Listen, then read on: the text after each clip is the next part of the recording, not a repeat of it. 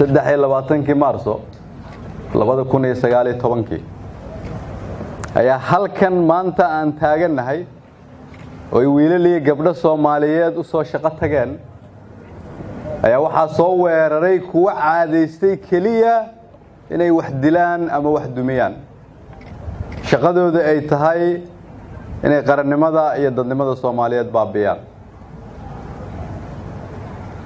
ciidan Soomaaliyeed oo naftood hurayaal ah ayaa u soo gurmaday oo badbaadiyay intii ugu badneed ee ku jirtay wasaaradda laakiin wiilal iyo gabdho Soomaaliyeed oo isku duuban ayaa ku dadaalay xataa markii ay ugu dhibka badneed oo xabaddu ku socotay inaanay ka tagin midnimada iyo Soomaalinimada dad badan oo Soomaaliyeed oo ciidanku ugu horeeyay ayaa u soo gurmaday qaar kamid ah waa ku naf waayeen oo kamid ahaa wasiir ku-xigeenka Saqar Ibraahim iyo intii kaleba waxaan leenahay marka ugu horeysa Ilaahay jannada ha ka waraabiyo hana u naxariisto dad badan oo halkan jooga maanta waxa laga yaabaa inay arkaan wasaarad la dhisay oo la isugu yimid laakiin munaasabadan ahmiyadeedu way ka weyn tahay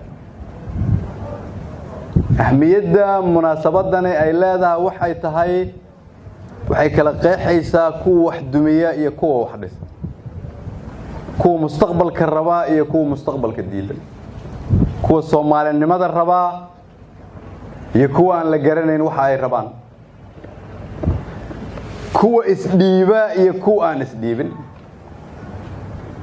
kuwa baabi'iyay rajada ama raba inay rajada baabiyaan iyo kuwa rajada iyo qalbiga dhisa halkan maanta iyadoo dad Soomaaliyeed iyo deeq-bixiyaal dawladda Soomaaliyeed garab taagan oo hormuud ka yahay wasiirka iyo shaqaalaha wasaaradda rag iyo dumarba in qoladii islahayd dadka Soomaaliyeed niyadooda jabiya loo diray fariintii hore ka culus waayo wasaaradii waxa loo dhisay si ka wanaagsan sidii ahayd markay soo weerareen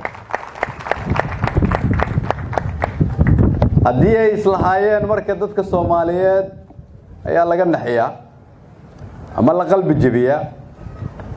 ama hiigsigooda hoos loo dhigaa waxaan leenahay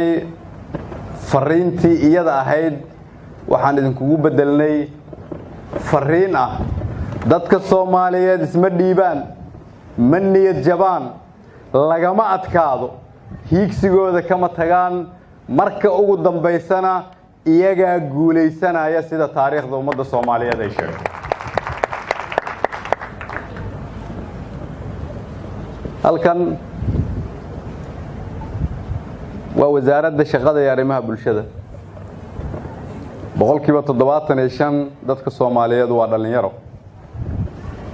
waana shaqo la'aan waxay ka turjumaysaa taasi ahmiyadda ay wasaaradani dalka u leedahay haddii waagii hore fikirku uu ahaa wasaarado kale muhiimadda ugu weyn oo dalku yeelan doono waxa ay tahay in shaqo abuur laga shaqeeyo sababtoo ah laga bilaabo maalinta berrito ah iyo usbuucyada soo socota sawirka dalka Soomaaliya iyo dunidaba waxa qabsan doona dawlad Soomaaliyeed oo ku guuleysatay deen cafiskii heli doonta dhaqaale fursad ay u noqon doonto inay dadkeeda shaqo u abuurto dalkeedana dib u dhisato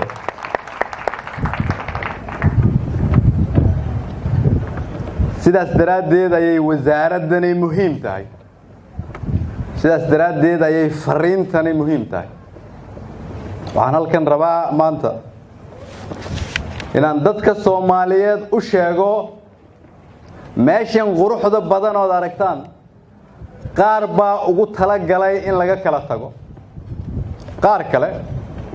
oo gabdho Soomaaliyeed iyo wiilal Soomaaliyeed oo halkan fadhiya ay ugu horeeyaan waxay yiraahdeen dalkeenna meel uga ma socono dadkeennana annaga hormuud u ah Soomaaliya ha noolaato